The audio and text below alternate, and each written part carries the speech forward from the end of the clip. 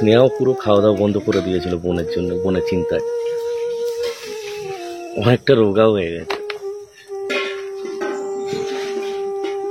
আর পুরো একলা হয়ে গেছে, মন মরা।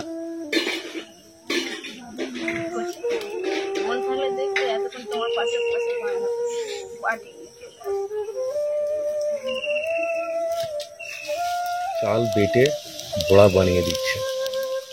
বোন ভালো আছে, সবাইকে খেতে হবে, না খেলে অসুস্থ হয়ে পড়বে, তাহলে আর বোনের কাছে যেতেও পারবে না। বুঝতে পেরেছিস না?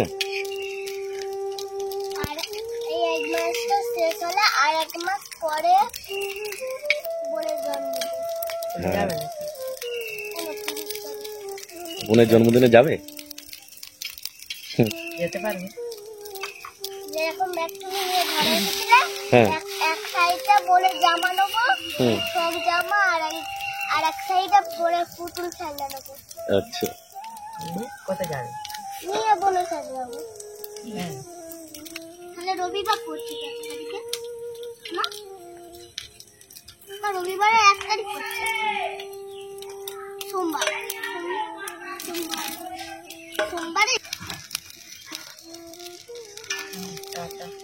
তুমি সে বোনের মতোই ফুলতাও ফুলতাও, বোনের মতো ফুলতাও না, ফুলতাও ফুলতাও ফুলতাও না।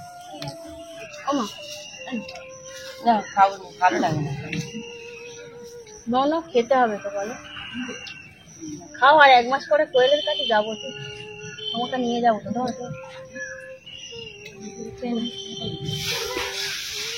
দেখবে না কত ভিডিও কলে, সেখানে আনন্দে আছে, বাবা মায়ের কাছে ভালো আছে।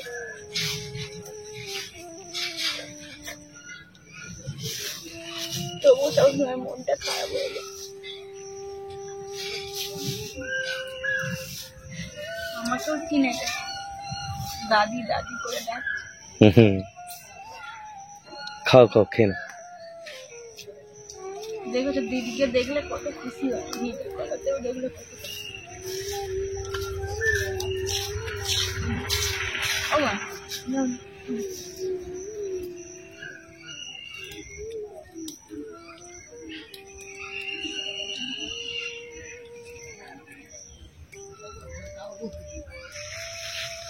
ও সোনিয়া, খেলো না একটু, এখানে ছোটাছুটি করো। কেন? আরে ছোটাছুটি করো না, তুমি আর আমি দুজনে ছুটবো, চলো। বোন চলে গেছে, বোন আবার চলতে হবে না।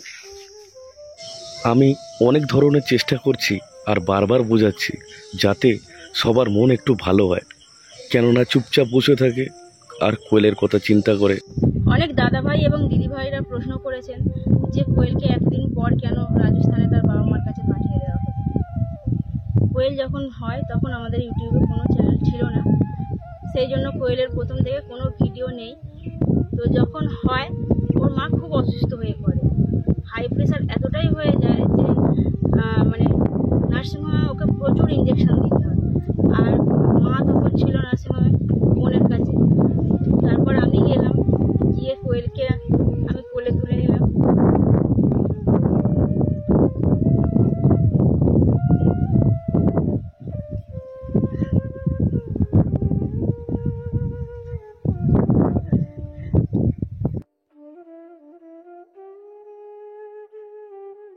এই মুখ এখনো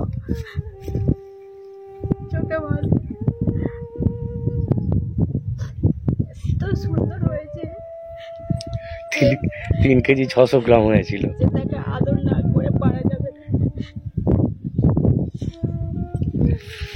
আর হাই প্রেশারটা হয়েছিল, কোয়েলের ওয়েটটা খুব বেশি হয়ে গিয়েছিল, 3 কেজি 600।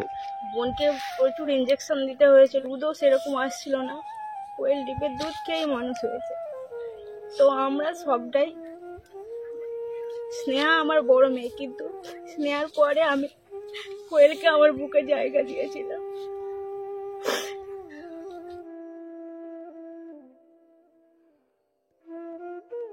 কিন্তু এরই মাঝখানে আবার একটা বড় বিপদ চলে আসে। আপনারা অনেকেই জানেন যে আমার মা প্যারালাইসিসে ভুগছে এই 4-5 বছর। তারই মাঝখানে বাবার হঠাৎ বুকের যন্ত্রণা শুরু হয়। সেখানে আমার তো দাদা ভাই কেউ নেই। আমি এবং আমার হাজব্যান্ড দুজনে ডাক্তারখানায় নিয়ে যাই। সেখানে ডাক্তারবাবু বললেন যে 1 সপ্তাহের মধ্যে পেসমেকার বসাতে হবে। কোনো রকমভাবে সরকারি হাসপাতালে যোগাযোগ করে আমরা বাবার চিকিৎসা করাই, অপারেশনটা হয়। তো অনেক দিন আমি বাবা মার ওখানে ছিলাম, কারণ মা তো কিছু করতেই পারে না, আপনারা দেখেওছেন সেরকম কিছু করতে পারে না। সেই জন্য ওখানে বাবা মার কাছে ছিলাম। আর এখানে কোয়েল তো খুবই ছোট, বোনও অসুস্থ হাই প্রেশারের জন্য, সেরকম মানে কিছুই করতে পারতো না। সেই জন্য কোয়েলের বাবা এলো যে যাক আমি কোয়েলের মাকে অন্তত নিয়ে যাই সেখানে, মানে সেখানে ট্রিটমেন্ট করানোর জন্য। সেখানে ভালো ডাক্তার আছে, সেখানে ট্রিটমেন্ট করানোর জন্য নিয়ে যায়। এবং আমরা আরও যেতে দিইনি কোয়েলকে, কারণ সেখানে বাড়িতে দেখাশোনা করার মতো কেউ নেই। কোয়েলের বাবা এবং দাদু দুজনেই দোকানে চলে যায় সকাল থেকে সারাদিন, রাত্রে বাড়ি ফেরে। আর কোয়েলের ঠাকুমাকে তো আপনারা দেখেছেন, একদম সাদাসিধে মানুষ, একটা বাচ্চার কিছু মানে সেরকম কিছু ভালো মন্দ বুঝতেও পারে না। সেই জন্য আমি মা, বাবা, কোয়েলের মামা, আমার স্নেহা, সবাই মিলে আদর যত্ন করে আমরা মানুষ করে। মাঝে মাঝে কোয়েলের বাবা মা এসে দেখে যেত, কিছুদিন থেকে যেত।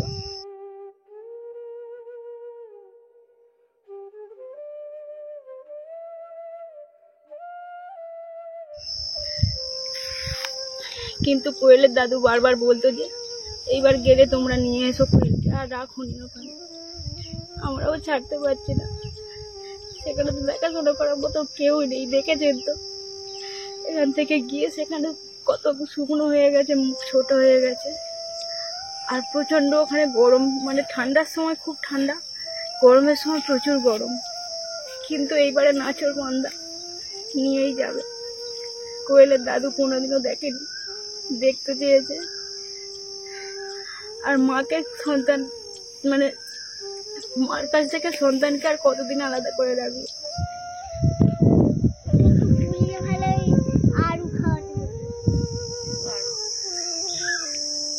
তবে কোয়েল চলে যাওয়ার পর আমরা কিন্তু খুব বড় আঘাত পেয়েছি। ভিডিও কলে দেখতে পাচ্ছি কোয়েল আমাদের এখানে থেকে অনেক ভালো আছে, কোনো কিছু অসুবিধাই নেই। তবে একটা কি মাছ পাওয়া যায় না ওখানে, ভাত খাওয়ার সময়, মুড়ি খাওয়ার সময় মাছ খুঁজি। হ্যাঁ, এটাই অভাব, আর তাছাড়া কিচ্ছু নেই। আমি ভগবানের কাছে প্রার্থনা করব ও ওর মা, বাবা, ঠাকুমা, দাদুর কাছে যেন সুস্থ থাকে, ভালো থাকে, ভালোভাবে বড় হয়, মানুষ হয়, এটাই চাইছি। কিছু বলছে? হাত গুলিয়ে দিতে হবে। হ্যাঁ, এরা তো সেই ছোট বাচ্চাদের মতো ভয় পায়।